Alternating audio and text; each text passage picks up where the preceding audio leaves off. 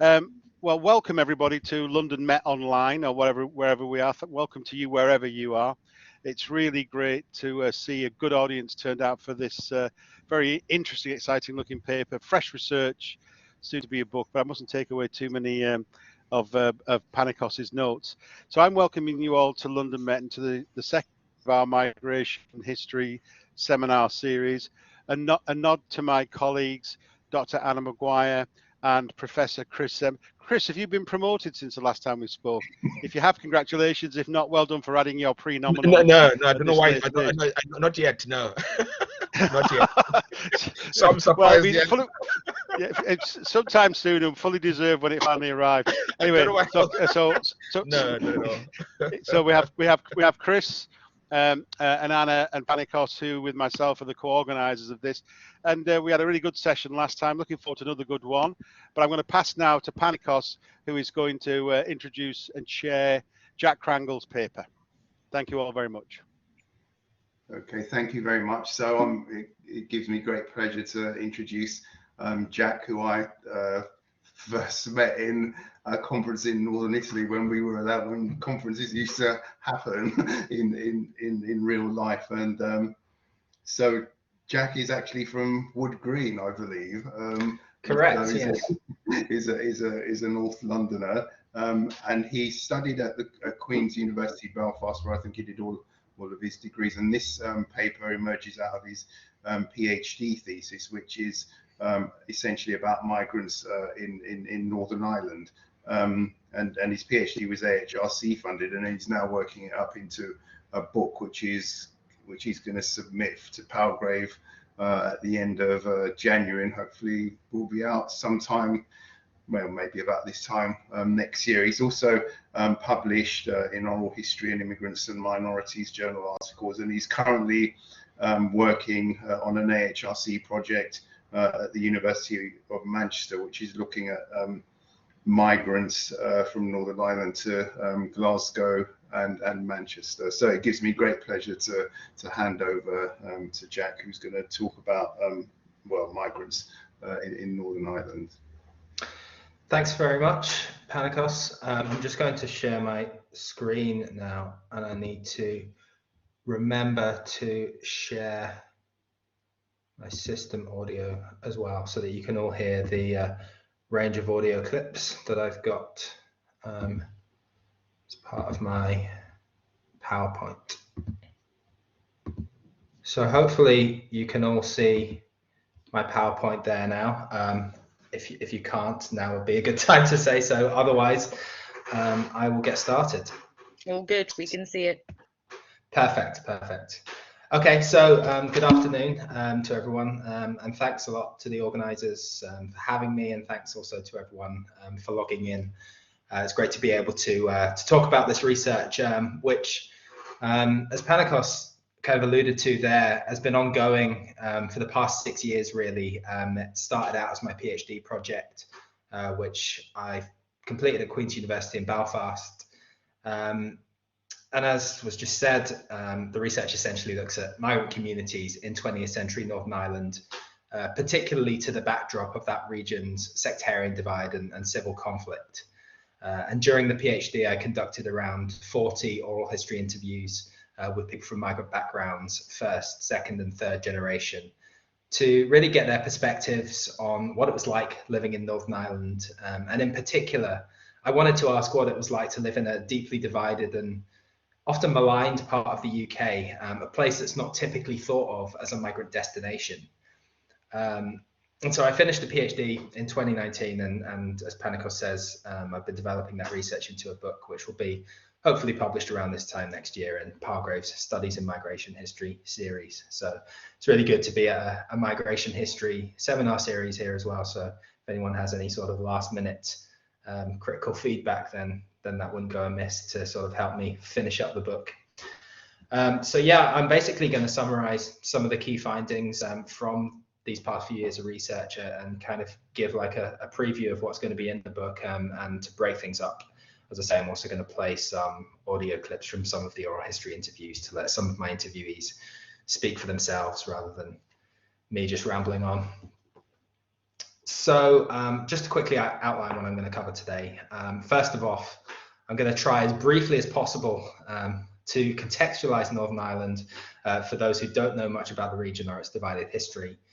Then I'm going to summarize just some of the major migrant communities that settled in Northern Ireland throughout the last century. I'll also touch on some experiences of xenophobia, racism, and state neglect, and highlight how these experiences were shaped by the Northern Ireland context.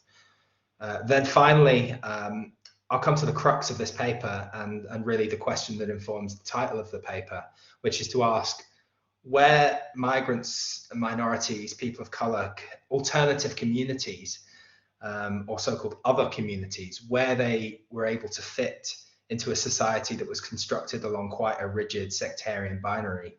So in a society of two all-encompassing oppositional communities, Catholic or Protestant, nationalist or unionist, British or Irish, what did it mean to be, say, an Indian Hindu or a Chinese Taoist? How did these alternative markers of identity evolve and function within this divided context? So as I say, I'm going to try and provide a very brief backdrop to Northern Ireland and its conflict and division. And it's a divided history that really does go back centuries, right back to the Ulster plantation of the early 17th century, when Scottish and English Protestants settled kind of en masse in Ulster, which is Ireland's northernmost province, and at the time was its most Gaelic and Catholic province. So the arrival of hundreds of thousands of British Protestants at that time caused massive upheaval among the established Catholic population, many of whom had their culture suppressed and were stripped of their land. And that period is relevant because it really established the contours of division that have persisted in that part of Ireland to this day, with Protestants and Catholics in pretty much constant tension. Fast forward to the late 19th, early 20th century, which by this stage, Ireland's part of the UK, but Ireland's witnessing growing calls for home rule and also independence. And at that stage, generally, Ireland's Catholic population, who identified primarily as Irish and were a significant majority on the island, favoured independence, while the Protestant minority, who identified as British and, importantly, were concentrated in the northeastern counties of Ulster, wished to remain part of the UK. So eventually a form of compromise was reached through the Government of Ireland Act, which was enacted in 1921, which saw 26 of Northern Ireland's 32 counties become independent, while the remaining 6, all of them in Ulster, remained part of the UK. So Ireland was partitioned with a new Irish Free State, overwhelmingly Catholic, while in Northern Ireland, Protestants outnumbered Catholics by about 2 to 1. So from its inception, Northern Ireland was really structured around a zero-sum sort of polarization between Catholic nationalists who wanted to join this new independent Ireland and Protestant-unionists who were very anxious to preserve the union with Britain. And these two groups often came to blows, and there was significant institutional anti-Catholic discrimination by the sort of ruling Protestant establishment who had their own devolved parliament. And discrimination was extensive enough that by the 1960s, there was a growing campaign for Catholic civil rights, which eventually culminated in 3 decades of civil conflict, colloquially known as the Troubles, during which over 3,500 people were killed. And I think images from the conflict of paramilitary bombings and of British soldiers on the streets of Northern Ireland really came to define external perceptions of Northern Ireland. And this understandable preoccupation with the Troubles has also been reproduced within academia. It's sometimes said, I think a few scholars have claimed that relative to its population, Northern Ireland is the most heavily researched area in the world. But the vast majority of that content, not least within history, has concerned sectarian division and the Troubles. And until quite recently, the social history of Northern Ireland had barely been written. Now, in the past 5 to 10 years, we have increasingly seen younger historians, often PhD students, develop research projects on deindustrialization, queer history, urban photography, all different aspects of social history within a Northern Ireland context, informed by, but beyond the immediate glare of the conflict. So I suppose I see my research fitting within that kind of trend. But also in terms of wider UK social historiography, Northern Ireland continues to be largely segregated and dismissed as sort of a place apart where different rules apply that's not like the rest of the UK. And this is evident within migration studies, where Northern Ireland is usually really lucky to warrant a footnote within broader histories of UK immigration. And I think, generally speaking, histories of immigration and ethnic diversity have remained clustered around more traditional sites, namely the urban English inner city. So recent contributions such as Kieran Connell's Black Handsworth in 2019, of course, Panikos's Migrant City about London in 2020, while both are absolutely excellent books, they have also underscored this trend and reinforced this focus on large urban metropolises, which is a trend that's completely understandable. I think it's natural that historians have concentrated on these sites which undoubtedly experienced immigration and ethnic diversity on a much bigger scale than elsewhere. But I suppose I would argue that this shouldn't erase or silence the experiences of migrant communities in other parts of the UK, like Northern Ireland, that, while not traditionally associated with immigration, nonetheless became home to thousands of settlers from across the world. And I'd also argue that while immigrant numbers in Northern Ireland were much lower than they were in the rest of the UK, Northern Ireland's unique circumstances, its background of violent division and conflict, where nationality, identity, and culture were so contested, that context provides a distinctive case study to examine the migrant experience and to think about who we deem to be national insiders and outsiders.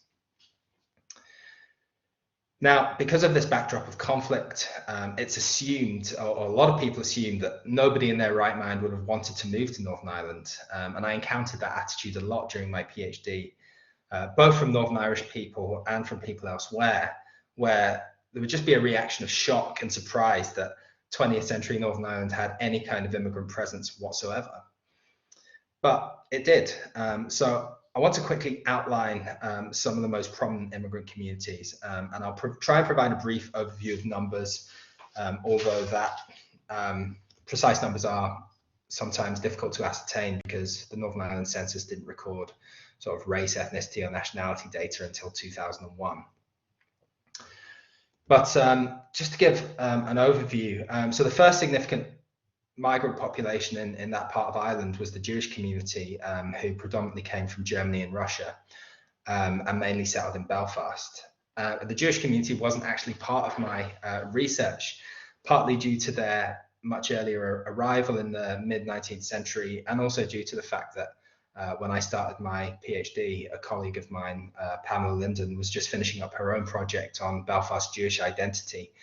So I kind of didn't want to step on her toes, and it fitted my time frame to start a bit later. But Belfast's first synagogue was opened as early as 1871, and Jewish men usually worked as merchants or traveling salesmen. And by the turn of the 20th century, there were over 1,000 Jews living in Belfast.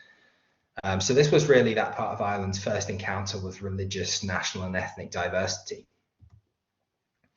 And then the first case study for my research was the Italian community, who began arriving in the late 19th century. Like Italian immigrants across the UK, they worked overwhelmingly in the catering trade, opening ice cream shops and later fish and chip shops. And according to the 1911 census, there were 188 Italian-born people living in Northern Ireland, but the actual size of the community was much larger when we account for the Northern Irish-born children of Italian immigrants. So we're actually looking at a community of minimum several hundred, probably over 1,000. And Italians were a bit more dispersed than the Jewish community. They lived in towns and cities across Northern Ireland, but their cafes were immensely popular, to the extent that the 1922 street directory for Belfast shows that there were over 30 Italian-owned cafes in Belfast. And as an aside, something I'll come back to later, you probably guessed that most Italian immigrants in Northern Ireland were Catholic, which meant that they shared a religion with a significant minority of the Northern Ireland population. But they didn't share their politics. They were Catholic, but they weren't Irish Catholic in a cultural sense, and most of them weren't Irish nationalists or Republicans.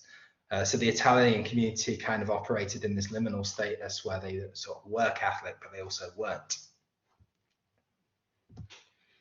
Then the Indian community, most Indian migrants came from the Punjab region in the north of India, and also after Indian partition from what is now Pakistan, and first arrived in the 1920s.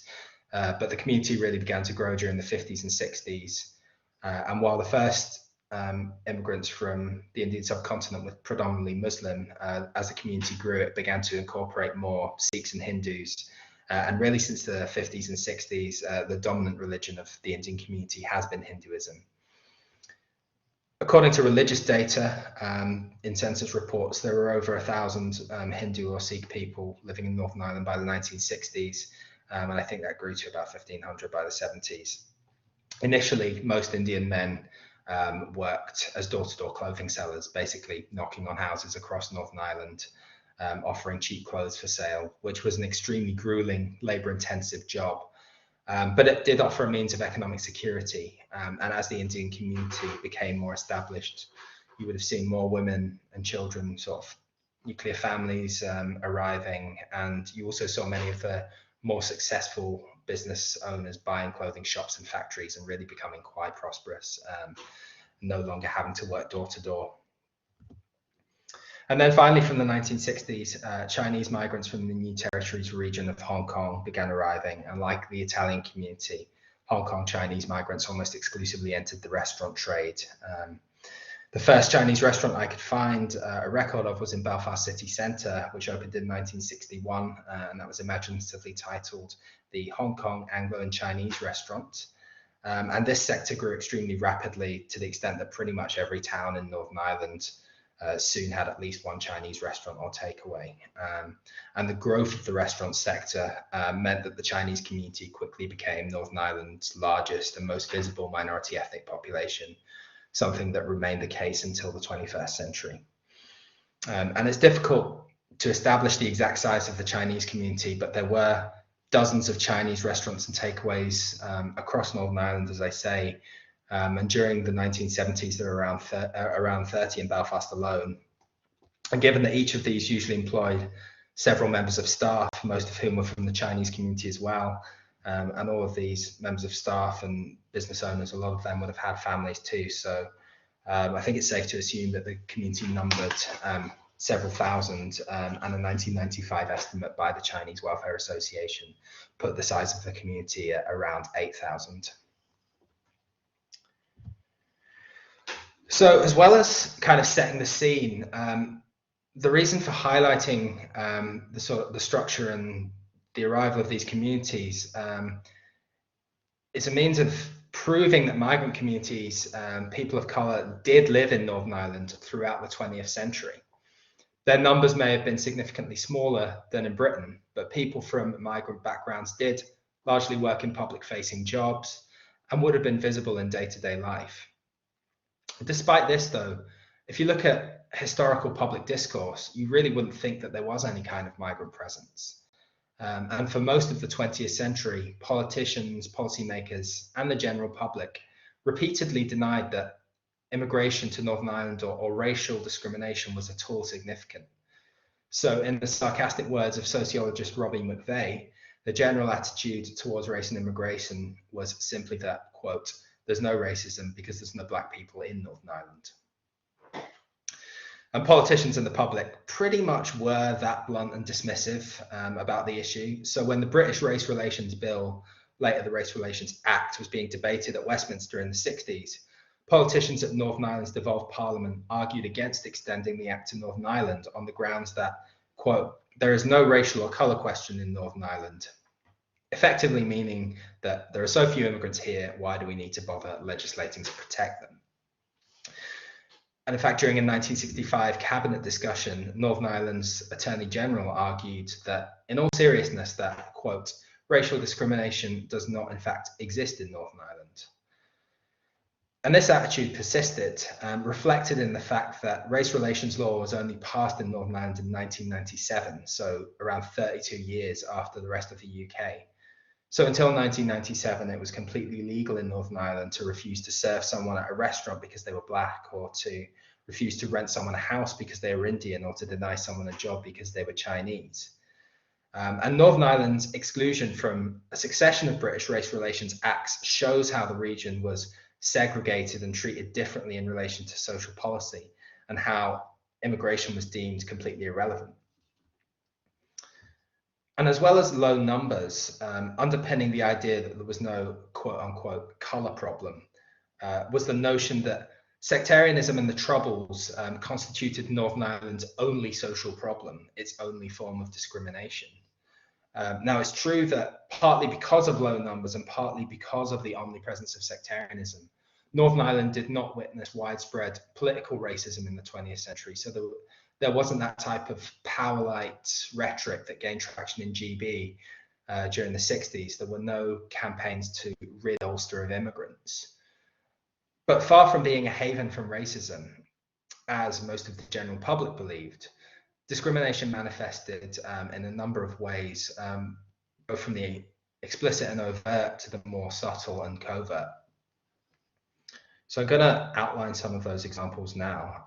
As I mentioned, I interviewed quite a lot of people from second or third generation backgrounds, and when they talked about instances of discrimination or racism, most of them raised these more subtle, insidious forms, including a generalized sense of being singled out and treated differently as outsiders, even if they were born in and grew up in Northern Ireland. And one of the most frequent ways in which people were made to feel this way was being asked the question, where are you from? Or the follow-up question, where are you really from? So you'll see a book on the slide there, which was written by Belfast journalist Tim Brannigan, who grew up as a biracial child in West Belfast during the Troubles. And for the title of his memoir, he chose the question that he was asked most frequently when growing up, where are you really from? Even though he was from Belfast, he'd lived there all his life. And this question really contributed to a sense of non-belonging that, you know, if you weren't white, you automatically couldn't be Northern Irish. You had to be from somewhere else. Now, of course, this kind of othering process wasn't unique to Northern Ireland, but in Britain, at least with the growth of multiculturalism, we at least saw the emergence of kind of Black British and British Asian identities as well. And at least in some circles, the meaning of Britishness has become more diverse and more inclusive. Whereas in Northern Ireland, conceptions of Britishness, Irishness, and Northern Irishness have, I think to this day, remained pretty resolutely white. Another pervasive form of othering and sort of racial differentiation that occurred was the stereotyping and typecasting of immigrants and ethnic minorities according to their profession. I'm going to play a clip now from when I interviewed Anna Lowe, who was quite a prominent politician in Northern Ireland. She was a member of the Northern Ireland Assembly until 2014, and she was also the first Chinese-born politician in Europe to be elected to a legislature, and she was also a Hong Kong Chinese immigrant who moved to Belfast in 1974. Now, although Anna did initially do some part-time work in Chinese takeaways, she soon forged out her own successful career in journalism. But despite this professional success, in this clip that the first clip that I want to play here, she describes how people will continue to assume that she worked in a takeaway. Patronizing kind of comments or responses to me rather than outright racism, physical attacks. And I did have one physical attack on the street, but it's that like, oh, you work in the Chinese restaurant, or which carry out you own, and people staring at me when I was walking down the street. Hopefully you could all hear that okay. But yeah, despite being a journalist, people just assumed that simply because she was Chinese, Anna must work in a takeaway. And these stereotypes and assumptions had tangible consequences. So there's been research done by the likes of Mary DeLargy showing that a lot of Chinese people in Northern Ireland have struggled to move away from the catering sector, even if they actively pursued an alternative career.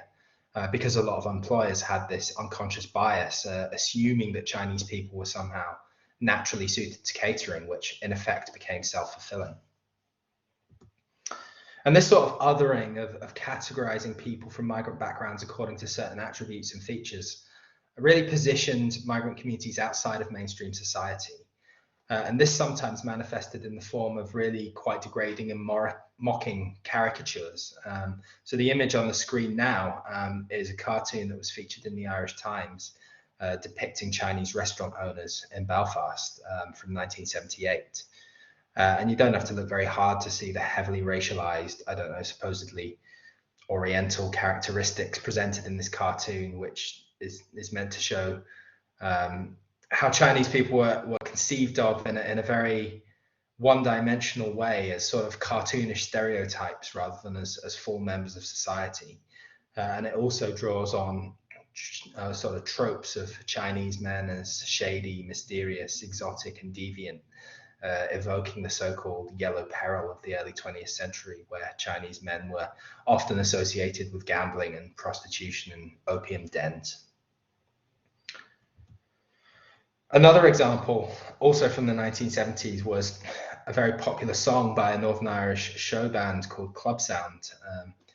Now, I mentioned earlier that a lot of Indian immigrants worked as door-to-door salesmen, and this Club Sound song is sung in a mock Indian accent. They're an all-white band, by the way. They just put on a very crude mock Indian accent, and it's the protagonist of the song is sort of a fictional, bumbling, quite stupid and hapless Indian salesman. And I'm going to play you the first verse here just to give you a flavor of it. You can go on YouTube and listen to it all if you want, but I wouldn't necessarily recommend that you do that. So yeah, this is just the first verse. And this was a really popular song at the time. Club Sound were one of Northern Ireland's most popular bands. So I think it's quite indicative of how Indian people were viewed by a lot of the population as sort of comic and absurd. And again, you know, while this, you probably hear a lot of people arguing that, oh, this was the 70s, this was of its time, is the phrase that a lot of people like to use. But I think lines later on in the song, which refer to the Indian protagonist as, quote, a dirty big brute, show that it was far from innocent. And as scholars such as Simon Weaver and Gavin Schaffer have argued, far from being harmless, these kind of racist, quote unquote, jokes really cemented an imbalanced power relationship between white people and people of color, where the white audience are very much encouraged to laugh at rather than with the minority ethnic subjects. And in addition to all this, there was also no shortage of explicit, sometimes violent racism and xenophobia. Small business owners, especially caterers who opened late into the night, were especially vulnerable. So I found a lot of newspaper reports from the early 1900s where Italian business owners were attacked in their ice cream shops, which were echoed by eerily similar attacks on Chinese takeaway owners in the 1960s through to the 1990s. And most of the interviewees that I spoke to described quite wearily how racial slurs were just a routine part of their experience in Northern Ireland, and many others were also physically attacked, sometimes beaten up quite severely in racist attacks. And there are also lots of newspaper reports, as I say, about migrant business owners being harassed, attacked, robbed, vandalized, even having their homes and businesses set on fire. Perhaps the most distressing example of all was the case of Simon Tang, who was a Chinese takeaway owner in Carrickfergus, just a few miles north of Belfast. And in 1996, as he was closing his business, he was severely beaten by a group of masked men and later died from his injuries. And it was only after events such as Tang's death and other repeated attacks, I think that just in the run-up to his death, there was a spate of attacks against the Chinese community. It was only then that the authorities recognized that, okay, maybe Northern Ireland does have a problem with racism. And they finally agreed to implement race relations law in 1997. But unfortunately, because of this idea that racism wasn't a big deal, for decades, the authorities had essentially been given a free pass to shirk their responsibility to protect people from migrant and minority ethnic backgrounds. So they weren't investigated properly by the police. So instead, victims of racial hate crime had to turn to voluntary support organizations such as the Chinese Welfare Association, who provided voluntary services. And I've kind of found throughout these years of research that this sort of indifference and apathy towards migrant communities was perhaps the insidious form of neglect and discrimination migrant communities faced in Northern Ireland. and also marked another contrast to the situation in Britain. Now, of course, migrant and minority communities in Britain faced enormous struggles and challenges, not least the rise of the National Front and police harassment and brutality. But by the 1970s and 1980s, big English cities were becoming increasingly diverse and multicultural. Migrant and minority ethnic populations in these places had large supportive communities and networks to fall back on often. And during the late 1970s and 1980s, urban, predominantly Labour-controlled, left-leaning councils in these cities began to institutionalise multiculturalist policies in areas such as education, health and social services. Initiatives as simple as printing health information in a different language or educating school children about other cultures all provided at least a modicum of multicultural accommodation. But all of this was completely lacking in Northern Ireland. There was no state support for migrant communities, no accommodation of other cultures. One of my oral history interviewees, Eileen, a second-generation Chinese woman, remembered attending primary school in Carrickfergus aged about 4, and she spoke Cantonese at home with her parents. She could comprehend English, but she struggled to speak it at age 4. And she remembers the school's head teacher entering her classroom one day and curtly asking her class teacher, has she spoken yet? And I think the fact that Eileen recalled this incident over 4 decades later and portrayed it as a very vivid, significant memory of her early childhood shows how profoundly it contributed to her sense of non-belonging. And this was typical across Northern Ireland. There were no interpreting or language services. Schools and the police didn't properly investigate incidents of racial bullying or hate crime. In the words of Anna Lowe, speaking at a community event in the 90s, immigrants in Northern Ireland were, quote, left to fend for themselves for decades. Now, I know I've dwelled a lot, quite a bit on discrimination, neglect, racism, and I'm sorry to have to do that because I don't want you to come away thinking that the Northern Ireland immigrant experience was defined by these occurrences, because there was much more to it than that. But one of the core aims of my PhD and now my book has been to dispel this complacent, misguided assumption that 20th century Northern Ireland was some kind of haven from racism and that those ethnic minorities who lived there were always treated well. As this evidence shows, that was not the case. But for the rest of the paper, I really want to focus on this question of what it meant to be from a migrant or minority ethnic background within this binary structure of two communities. Two communities is the phrase that's always used to sort of talk about Northern Ireland. So essentially, how did it feel to live in Northern Ireland's binary, chaotic society if you were neither Catholic or Protestant? Now, for first-generation migrants of all communities that I researched, the overwhelming reaction to the Troubles and sectarianism was to remain neutral, to not get involved, which was understandable. I mean, why would you want to involve yourself in a violent parochial dispute that you had no understanding of? And you can see from a newspaper article, an excerpt on the screen there, community leaders actively vocalized and projected their neutrality. So this quote, which says, "We are Indians and we are neutral," came from an Indian community leader who was trying to distance his community from the rapidly escalating troubles. Interestingly, although the Italian community were Catholic, as I mentioned, most of them similarly wished to avoid taking political sides. They may have been religiously Catholic, but they weren't politically Catholic, although a very small number of second-generation Italians did embrace militant Irish republicanism and joined the IRA. However, the vast majority of people from migrant backgrounds, especially the first generation, remain neutral. And sectarian neutrality had many advantages. It was important, for example, for migrant entrepreneurs to be able to trade with both sides of the community.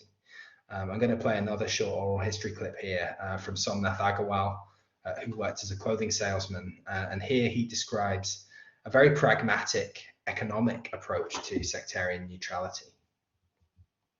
You see, we had no problem with anybody in the country.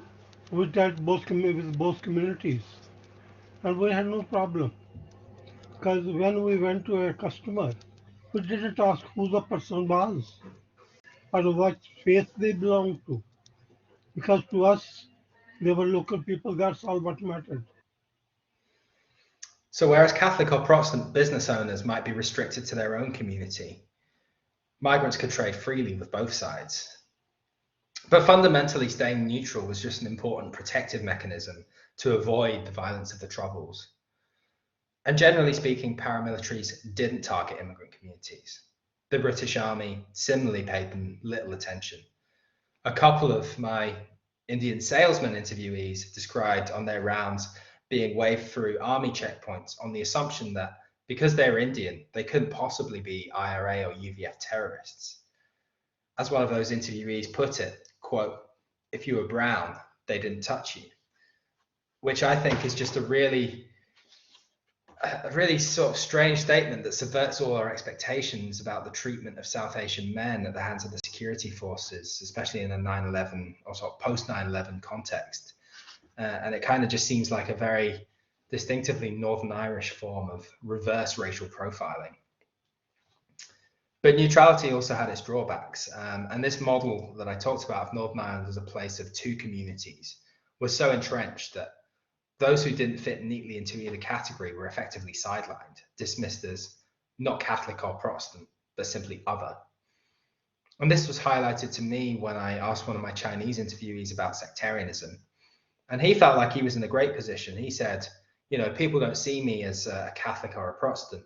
They just see me as a Chinese man. So this allowed him to get on with his daily life unscathed. But in that passage of the conversation, I was also struck by the use of his word just the Chinese man. He didn't belong to either of Northern Ireland's two communities. He was merely Chinese. So in different ways, sectarian neutrality served as both a protective mechanism and an exclusionary mechanism. And in any case, neutrality didn't always work anyway. The conflict pervaded Northern Irish society for 3 decades, more even, meaning that some people from migrant backgrounds inevitably suffered. Perhaps most tragically, in 1974, a 25-year-old Indian woman called Asha Chopra was driving home from the shops in Derry when she was caught in the middle of a shootout between the IRA and the police. She was a mother of 2. Her 2 children were in the back of the car, and she was also pregnant with a 3rd child when she was killed in this hail of gunfire. And for immigrant entrepreneurs, there was also the constant threat of bomb destruction. So one interviewee that I talked to estimated that his restaurant had been bombed at least 8 times during the Troubles. One time it was bombed so extensively that it had to close for a year for repairs to be carried out. So migrant communities, as much as they tried, couldn't escape the damage of the conflict entirely. But then on an even more fundamental level, while immigrants usually identified as neutral, local people often gave them a label anyway. In Northern Ireland, it sometimes was simply impossible to be from neither side. Sectarian segregation shaped and in many ways continues to structure so many aspects of life, education, housing, sport, the pub you drink in, but particularly education, where to this day over 90% of pupils attend a school that's dominated by one religion or the other. So schools therefore posed a dilemma for people from migrant backgrounds, effectively forcing them to pick a side through the choice of school for their children.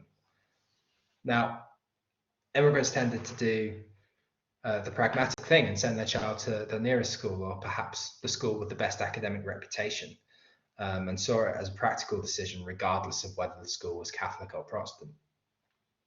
But this opened up a can of worms. Send your child to a Protestant school and Catholics might start to see you as one of those lot, or vice versa, regardless of your actual religion. And this affected many of my interviewees. For example, Dean, a 2nd-generation Chinese man who was born just outside of Belfast. And although his family were not Catholic, he attended his local Catholic school. And one day during the 1980s, Dean was walking home through a Protestant neighborhood wearing his Catholic school uniform, and he was beaten up by a gang of youths. And as he told it, the abuse that Dean received during that attack was both sectarian and racist. So ethnic minority status wasn't always a protection, it sometimes made matters worse. So in this Protestant neighborhood, Dean was an outsider on 2 fronts.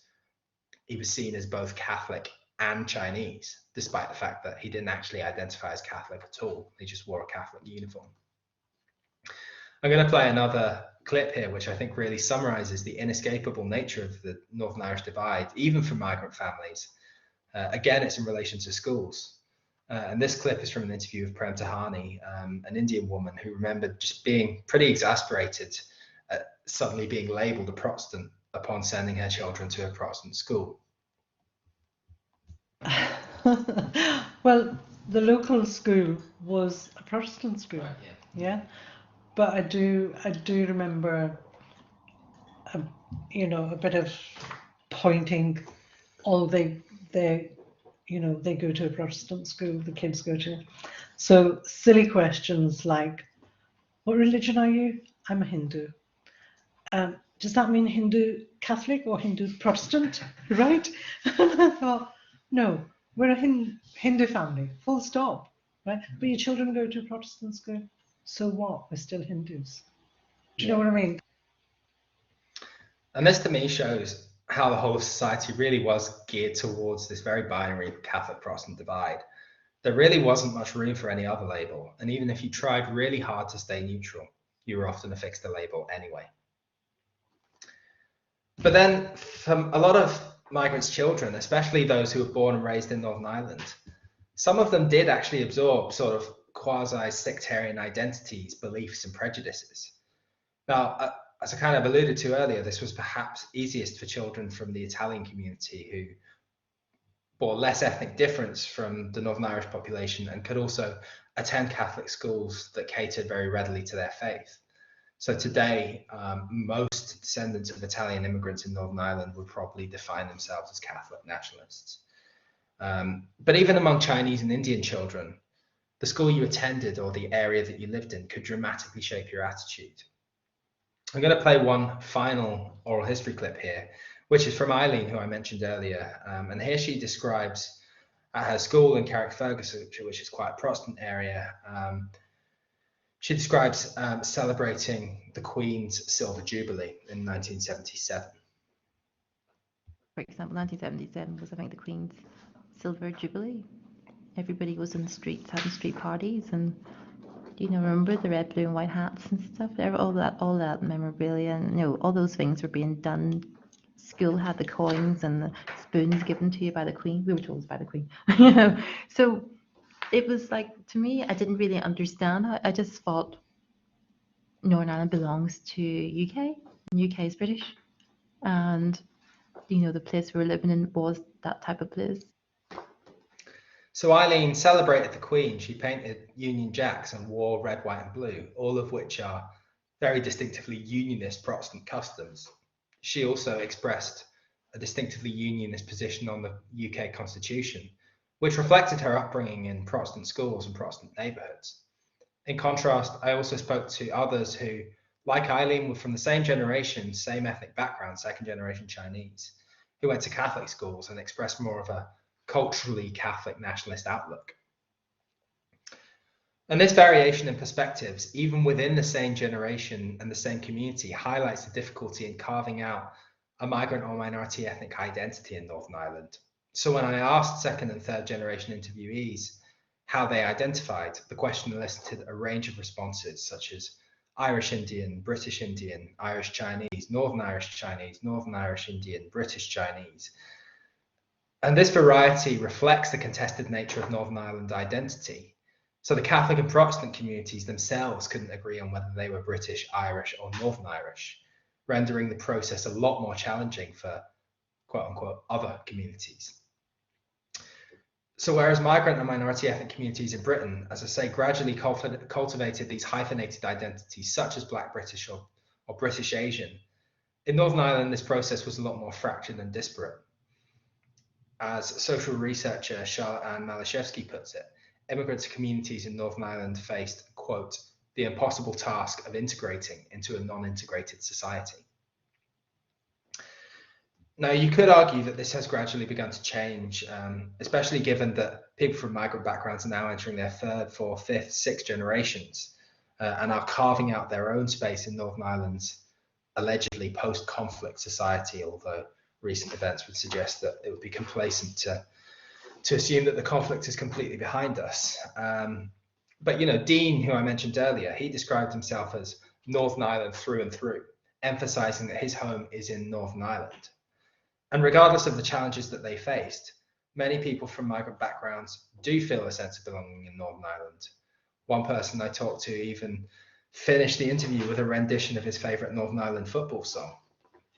And many interviewees cited the friendliness and warmth of local people as one of the best things about living in Northern Ireland, and dismissed racism and discrimination as confined to a tiny minority. And many also felt that they had, despite the difficulties, successfully straddled the sectarian divide and got on with all local people from both sides of the community. Now, Northern Ireland is undoubtedly a more diverse society now than during the Troubles, or even during the early peace process. You can see this in some of the civic and cultural events that take place across Belfast, for example. Every year, thousands of people visit the Ulster Hall to celebrate Chinese New Year. Every August, a minority ethnic arts organisation called Art Sector hosts the Belfast Mela, which is an annual ethnic community and arts festival in Botanic Gardens. And these are positive, alternative uses of public space in a place where conflict and division has so often been woven into the urban geography. But unfortunately, reports of racist hate crime have also been rising in Northern Ireland for the past 2 decades. A few years ago, for the first time ever, the police service of Northern Ireland received more reports about racist hate crime than about sectarian hate crime. Now, I think it's too simplistic to claim, as some journalists have liked to do, that racism is the new sectarianism, or that racism has replaced sectarianism. As we've seen, the two can very much coexist and work in tandem and structure each other. Sectarian division is predicated on fear and distrust of outsiders. And of course, as we know, immigrants and ethnic minorities are often society's ultimate outsiders. But as the Troubles has generally faded down the news agenda, the presence and visibility of ethnic minorities has increased, as has coverage and reporting of racism. And while a rise in racism reports is in many ways depressing, it has also prompted a big growth in anti-racism. So an anti-racist rally in 2014 at Belfast City Hall attracted thousands of people after Anna Lowe was targeted with racist abuse online. Belfast also witnessed a very large turnout during the Black Lives Matter protest last year. So I think the fact that racism is now widely recognized as a social problem rather than dismissed as non-existent is arguably a form of progress. But to conclude then, I think one of the main things I wanted to emphasize here with this research is that immigration and all of its accompanying issues in Northern Ireland is not new. Although immigration has increased significantly in the past 20-25 years, migrant communities and people of colour have lived in Northern Ireland for over a century. They've lived through the Troubles, they've started and expanded businesses, and they've mostly tried to keep their head down and get on with their lives within a divided and often violent society. Now, because of a preoccupation with the conflict, for much of the 20th century, Northern Ireland's migrant presence fell under the radar. And this has been reflected in a dearth of research on immigrant communities in Northern Ireland, both by historians of Northern Ireland and by historians of UK immigration. For migrant communities themselves, social invisibility was in some senses beneficial in that it afforded them protection from Catholic-Protestant infighting. But this invisibility also left migrant communities marginalised, discriminated against and neglected, with ethnic minorities not benefiting from the racial protection law or state provision afforded to those in the rest of the UK. Fundamentally, migrant communities did not neatly fit into Northern Ireland's reductive framework of two communities. And because of this, they too often found themselves being dismissed as an unimportant, invisible other. Thanks very much to everyone, and I'll be happy to take any questions. Okay, thank you very much for a really fascinating paper where I think you covered all angles and talked about the peculiarities of Northern Ireland and you know some of the similarities with the rest of the United Kingdom, and you had lots of well, I enjoyed all your interview snippets as well, which I think illustrated a lot of what you were saying. So I'll ask for I'll open the debate. So if you can either turn your microphone on and speak, or you can enter a comment on the bubble thing. So who'd like to go first?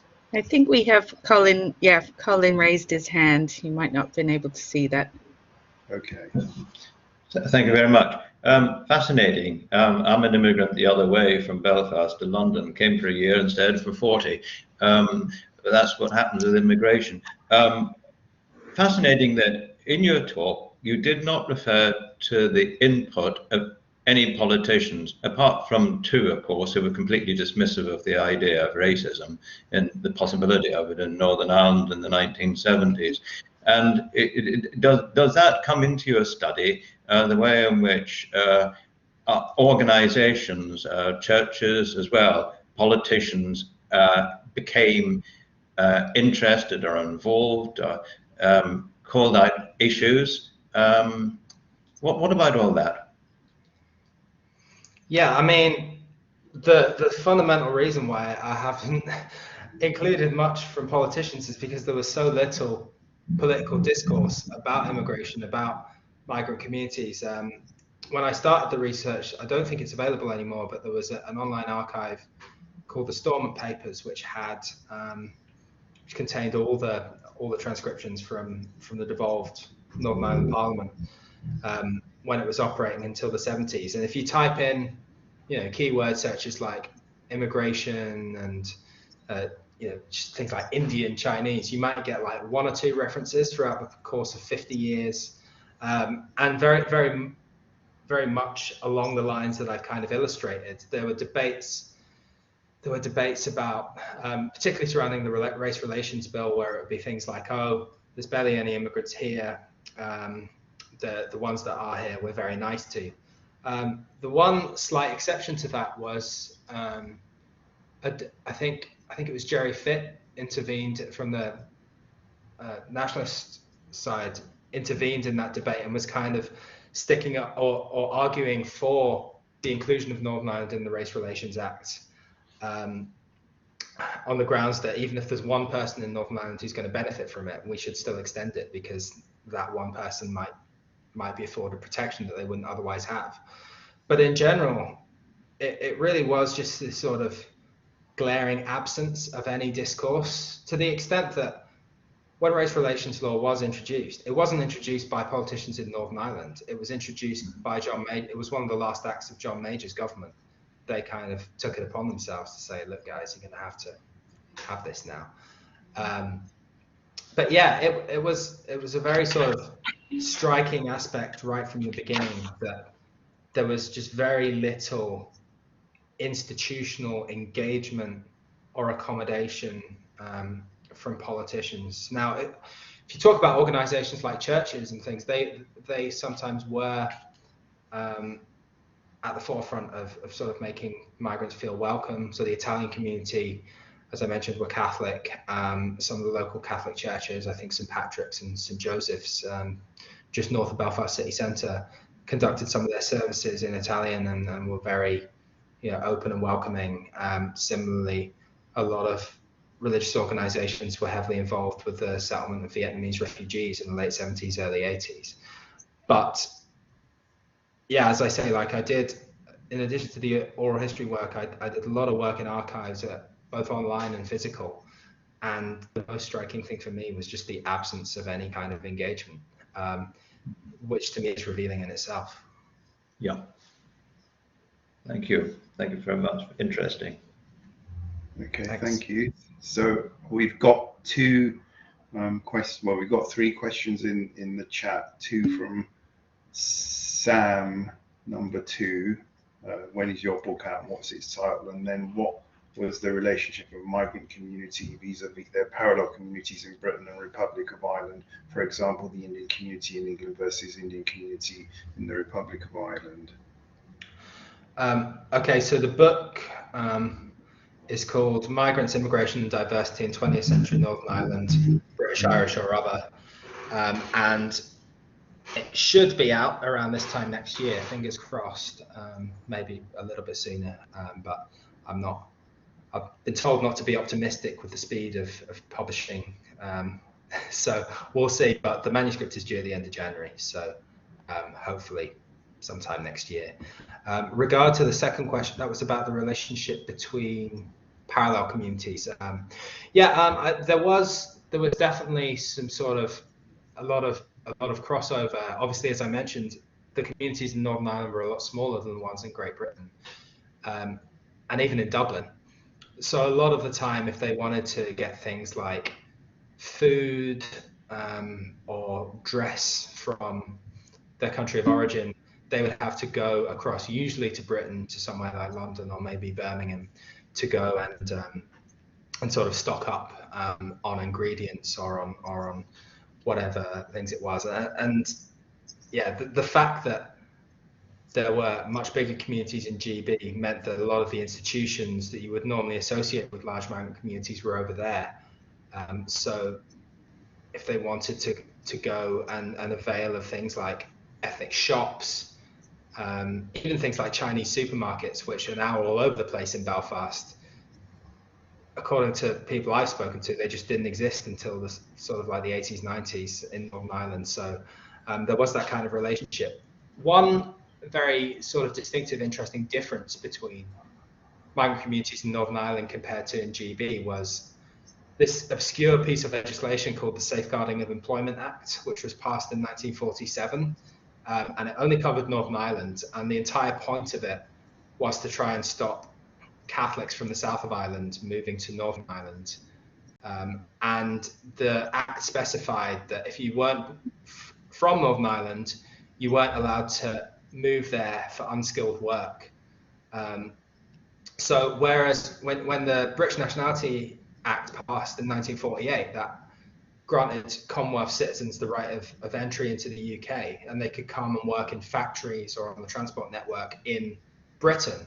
But because of the Safeguarding Employment Act, they couldn't do that in Northern Ireland. So it really meant that if you wanted to migrate to Northern Ireland, you basically had to either have a qualification and seek a skilled job, or you had to start your own business. And that's why migrant communities in Northern Ireland were pretty much exclusively, until the Act was repealed in the 70s, defined by entrepreneurship. So whereas you had in England, South Asians, would have worked in various sort of manual, low skilled occupations and worked for someone else.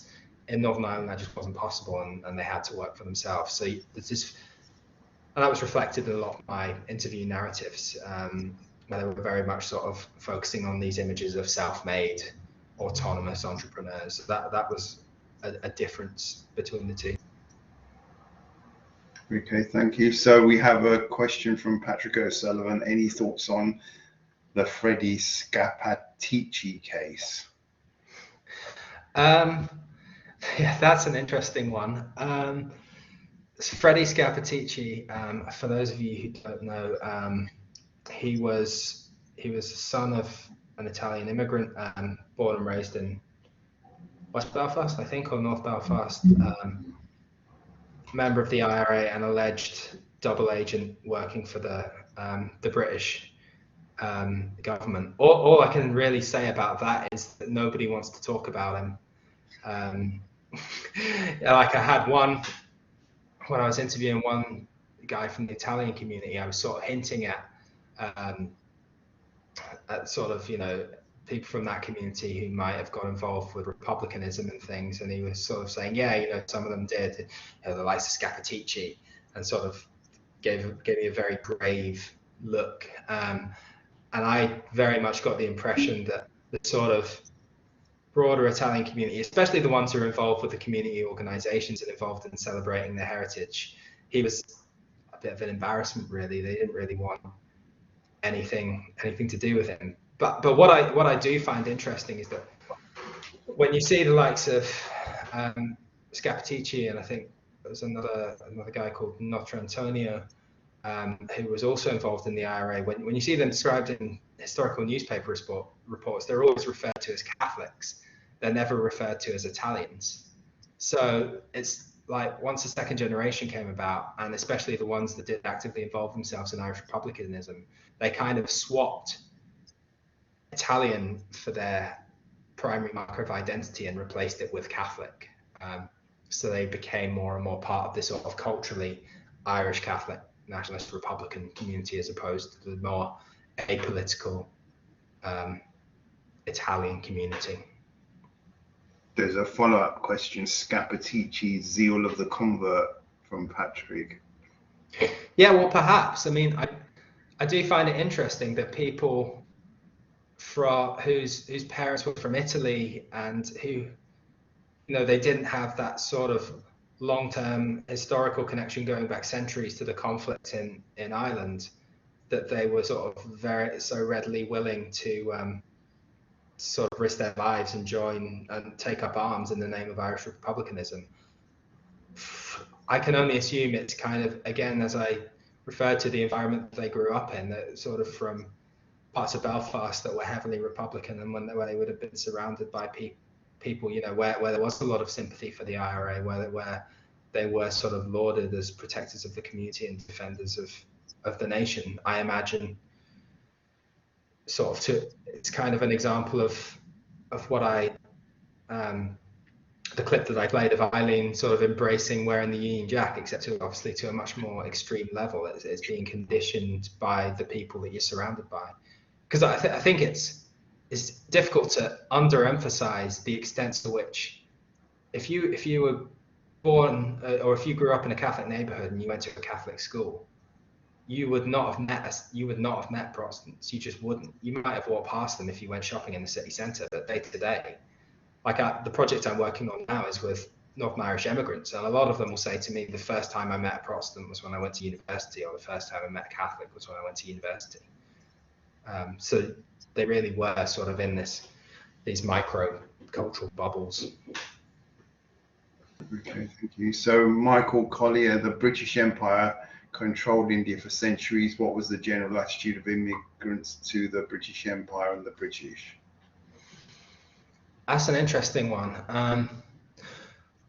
I'll give you I mean, it didn't come up in every interview, but the one that sticks out to me was I interviewed a guy called Bobby Rao, he was the only Indian guy I interviewed who wasn't a clothing salesman. He was a professional cricketer, and he moved to Northern Ireland in the 70s, and he moved to the Strabane, which is a very Catholic nationalist town, and he tried to start a cricket club in the area for local kids, and there was absolute uproar among the parents in that town, because to them cricket is a British game. It's a colonial British game that good Irish nationalists would not play. And he said he kind of drew on his experience of being from an Indian background and from a country that had also been colonized by Britain, and said, look, my country was dominated by the British for hundreds of years, but that never stopped me enjoying cricket. So you shouldn't let these sort of tribal silly prejudices get in the way of your kids from being able to do that sort of thing too. Now that's just one example, but a lot of, as I say, like quite a few of the Indian interviewees that I talked to would have sort of identified as British Indian. Some of them would have said Irish Indian as well.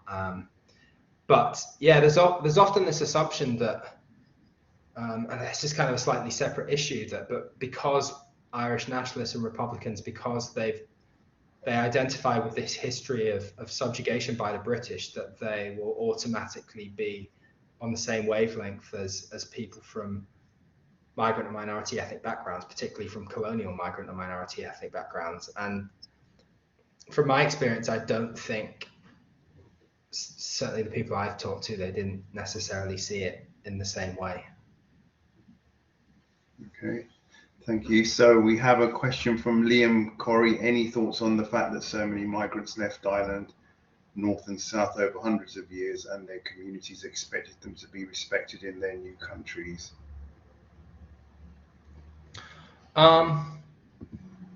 Yeah, I mean, I guess the thing that's stuck out for me more than anything, ironically enough, the current project that I'm working on is with Northern Irish immigrants. I think for such a long time, Ireland, both North and South, has been thought of as a country of immigrants. That's kind of central to its collective identity, to its collective sense of historical understanding, that it's a place that people leave. It's not a place that people move to. And I guess that was kind of part of what interested me about this research. It was like, well, clearly some people did move here. So what was their experience? Yeah, the fact that they left over hundreds of years and expected to be respected. Yeah, it's an interesting one. I think there's been this historical assumption by some people, probably more of a Catholic nationalist background, that Irish people can't be racist because they've experienced, as I say, colonial subjugation. Whereas some of the examples I played, and there are numerous other ones, that's very much not the case. It's perfectly possible to be racist if you're Irish. And Robbie McVeigh's written a very good article in the 90s in Race and Class about the specificity of Irish racism. So yeah, I think it's interesting that there's this kind of sense of, or self-professed sense of solidarity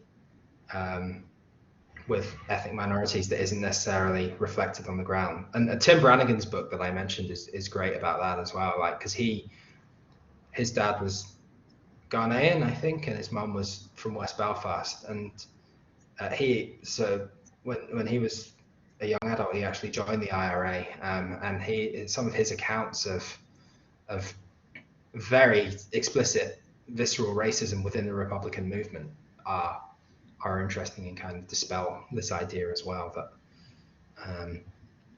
Irish nationalists are automatically sympathetic to other minorities.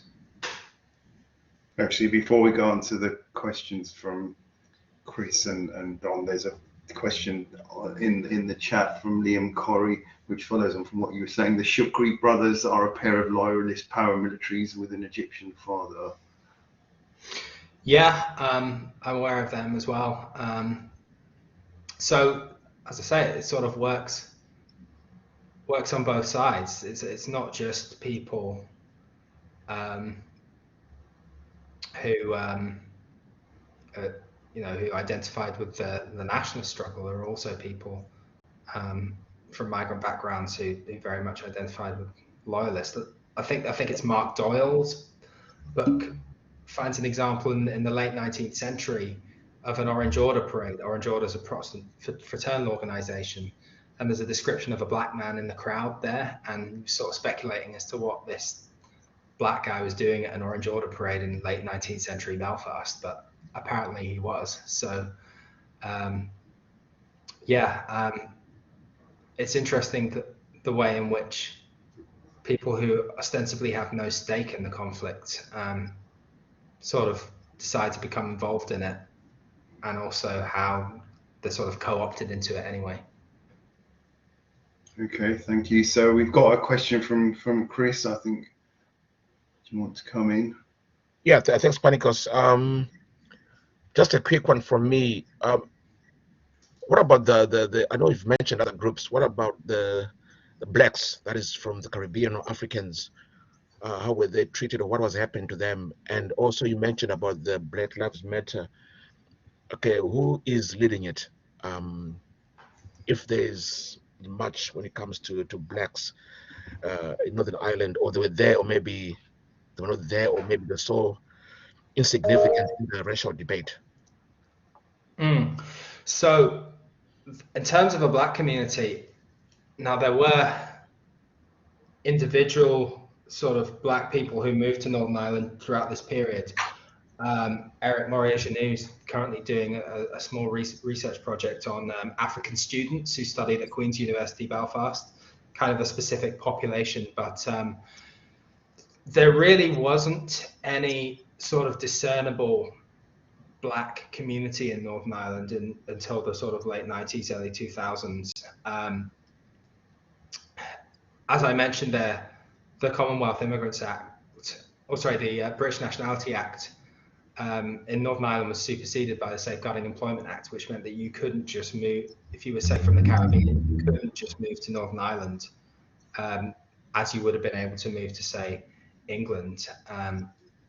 So that's kind of another interesting feature, I suppose, of the region, in that, as I say, the biggest minority ethnic community were the Chinese community. Then the second biggest were the Indian community, and then you had a very small sort of Pakistani and Bangladeshi community as well. But there were no sort of African or Caribbean communities during the 20th century. Certainly not that I know about. That has changed very significantly in the past sort of 10, 20 years. I mean, I've even noticed it myself. When I first moved over from North London to Belfast in 2011, I was struck even then by how few Black people you saw in Belfast, whereas now you see a lot more. And I think, kind of coming on to the Black Lives Matter issue, I'm not 100% sure who the leaders of that movement that were, or specifically, but I know there was significant Black involvement within that, and there is increasing. I kind of talked about the difficulty of being able to forge out a migrant or minority ethnic identity in Northern Ireland, but there's a movement now. It's mainly like a social media movement called Black and Northern Irish, and they sort of post stories and interviews with people who are from Black backgrounds who either live in Northern Ireland or were born and grew up in Northern Ireland. So I think there is increasing recognition as we move into the 2020s that Northern Ireland is a more diverse population, that there is a Black community here, and that being Black and Northern Irish, they're not mutually exclusive. You can be both. Whereas I think until quite recently, there was just an assumption that if you were Northern Irish, you had to be white. So I think we're kind of seeing the process that's maybe happened in other parts of the UK sort of decades ago, where there are these hyphenated identities. There may be sort of, as Northern Ireland becomes more diverse, is starting to become more normalised. But I guess we'll see how that pans out in the future. Okay, thank you. So Don, have you got a question? More of an observation, Panicos. It was related to cricket, which you've now passed away from. I was quite interested in the Indian chap who wanted to set a cricket team or club. Actually, there's tons of cricket in the Strabane area. Donna Manor is probably the strongest club in Northern Ireland. It's one of the strongest in the island, on the island of Ireland. Those cricket clubs out west there were set up by flax and jute mill owners. And actually, they're proud of their non-sectarian traditions. We both know, though, that there was more, Protestant workers were probably more involved than Catholic ones. And where there's a rugby club and a cricket club, we know that's a Protestant club, but it doesn't mean that Catholics don't play. But I remember my son playing cricket there, a lot of cricket, and they were quite proud of not talking about it. The sectarian issue. That is a great project on cricket in Ulster, Northern Ireland. But plenty of clubs around Strabane. So literally, he didn't join a club, but been there for a long time. So yeah, maybe he was unique in being able to upset both sides at the same time. But it's very interesting and well worth studying, and it does dovetail into what you're saying, about wider identity issues. I just want to make that observation. One maybe for your back pocket when you get to the third project. Yeah, sure. Talking to Bobby was a really interesting conversation, and he's a sort of really well-known figure. He's talked a lot. Obviously, this is very relevant at the moment as well. He's talked a lot to me, and I think in wider community work, about his experiences of racism in the Northern Ireland cricket community as well. So fascinating guy. I'll say as well, when the book's out, I'm hoping to make the oral history interviews, at least the ones where the participants have consented to this, hope to make them available in an archive somewhere. So in the future, you should be able to consult them and read the transcripts and listen to them and things. So Sounds great. something And to keep an eye out just for. I really enjoyed the paper, Jack. It was really food for thought. Thank you very much. No, thanks. Appreciate it.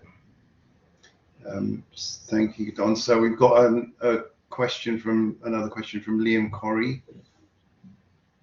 Well, you've got your hand up.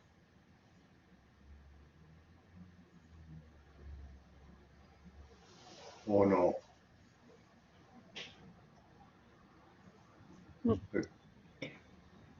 I'm sorry, I was on mute. Just want to say that much I enjoyed your talk, and just on that reflection about Irish migrants moving abroad.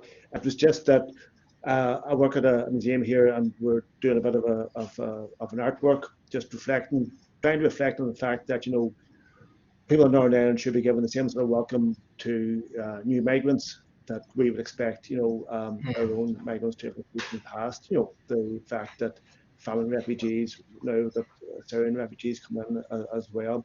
I very much take your fact that just because Irish people were colonised, it doesn't make them any better than the colonisers when it comes to racism. So just, you know, really enjoyed your talk, and maybe I'll try to get your email and just maybe share some details of what that sculpture is all about, because you might find it interesting for your book, maybe, or for reference in the future. Yeah, sure. That'd be great. I'll tell you what, I'll put my email in the chat here, so if you want to email me, you feel free.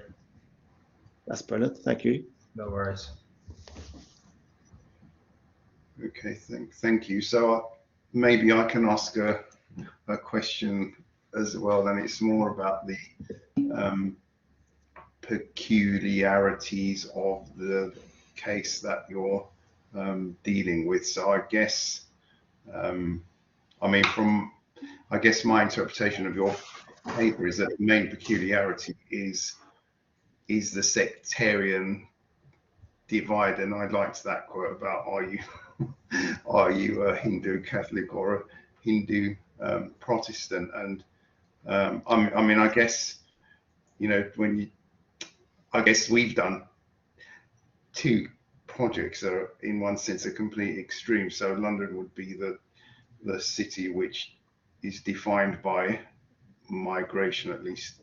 Well, I mean, my argument is it's been defined by migration, whereas in your case, it's almost the complete opposite. But then, I mean, I think in the review, right, you did say that, you know, that a lot of what applies to London applies to the rest of the country. That's what you were implying. So maybe I'll put that question back to you about, you know, apart from the, you know, the sectarian divide, and I'm struggling to think of any other examples where that happens, either in, well, certainly not in Britain, but even internationally. Maybe that's the only really distinct peculiarity of your case, because you know, when you played that record from 1971, there are equivalent records from the mainland. I mean, I think Gavin Schaffer may deal with stuff like this in his book. So yeah, that's. I mean, yeah, I think the sectarian divide and the conflict is kind of the defining thing that distinguishes Northern Ireland in most people's eyes, and it has profoundly shaped the migrant experience and sort of distinguished it in a way that is very specific to this part of the world. There are other ways in which it's distinctive. I suppose, as I talked about, that piece of legislation that effectively meant that if you wanted to move to Northern Ireland, you had to sort of work for yourself rather than going working for someone else, kind of limited the extent of unskilled sort of unskilled migration that you might have seen. And then also, I suppose these factors are related to the conflict as well, but the economic situation, Northern Ireland has always been sort of less economically prosperous than places like the southeast of England, for example. So even if you take the conflict out of the equation, why there's few reasons why you might want to move to Northern Ireland. Add on to that sort of geographical separation. If you move to Britain, you're there. if you move to Northern Ireland, you have to get an extra boat or train journey. You're kind of cut off from the networks and the communities, and all of that has kind of, I suppose, contributed to what I would say is one of the second distinguishing features, which is the lower numbers. And I suppose the way I come at it and looking at it is that low numbers in this sense doesn't necessarily diminish the validity or the value of the project. In some ways, or to me anyway, it makes it more interesting in the fact that because there was this sort of sense of social invisibility, it, as I say, gave a lot of politicians, institutions a free pass to just ignore migrant communities, to pretend they weren't there, to pretend they didn't exist. So I think if I had to pick two, the low numbers and the sectarianism combined to form this overarching view that Northern Ireland did not have an immigrant population and did not have a quote unquote colour problem. It's referred to in some of the literature as a no problem here attitude, which I think is also prevalent in places like Scotland and Wales and rural England. This idea that because there aren't that many people of colour here, that there's no problem with racism, when actually, of course, you can have, white people can be racist even when there's no people of colour for them to be racist towards. Sorry, just when you were talking there, just a follow-up question. I mean, I'm second supervisor to a PhD on black footballers in Ireland, and I mean, does Northern Ireland have more in common from a migration history point of view with the Republic of Ireland than maybe it does with the rest of Great Britain, especially from some of the things you were saying about you know, we're not racist because we're Irish. I mean, that seems to be, you know, the lot of the thesis I've read that comes across as well, especially as well as the, you know, small numbers that are involved. So you know, is it better to place it within the Irish context than the British context? I mean, you probably do that somewhere in your thesis, I guess. Yeah, I mean, that's I suppose in some ways it is more comparable. I really see, because of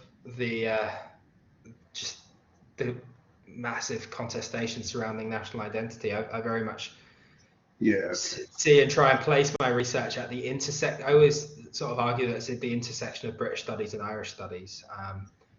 I would call myself a historian of Britain and Ireland, and to me, this is kind of part of a broader.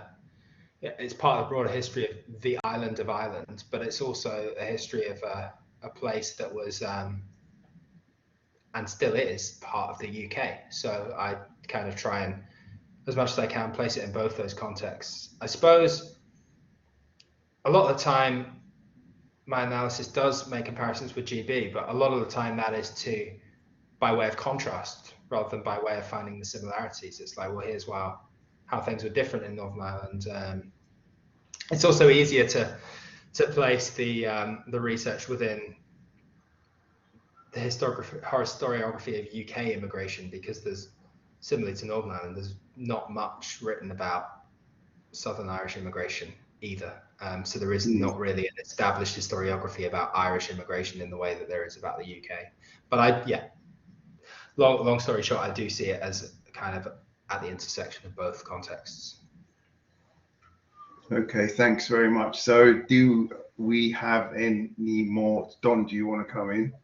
I think, to be honest, after 35 minutes of questions, you probably lost track of where we are. People are disappearing. Too much of a good thing. It's time to wrap now, if I'm being honest. Yeah, that was, I mean, that's the second great session we've had both. Yeah, Jack will need a cup of tea after all that. He's been bombarded in writing and in person. Yeah. Really good paper, though. Very enjoyable indeed. Yeah, no, thanks. As I say, thanks for having me. And I put my email in the chat there. So if anyone has any follow-ups or questions, feel free to get in touch. All right, Jack. Thank you, Jack. Thank you, Panikos. Thank you all remain. There's a lot of people still left, by the way, just to say you weren't talking to yourselves there. And really, thank you very much on all of our behalves. And have a safe home, as you say, in Northern Ireland. and indeed the rest of Ireland. And enjoy your dinners and look after yourselves. And see you next time in early December.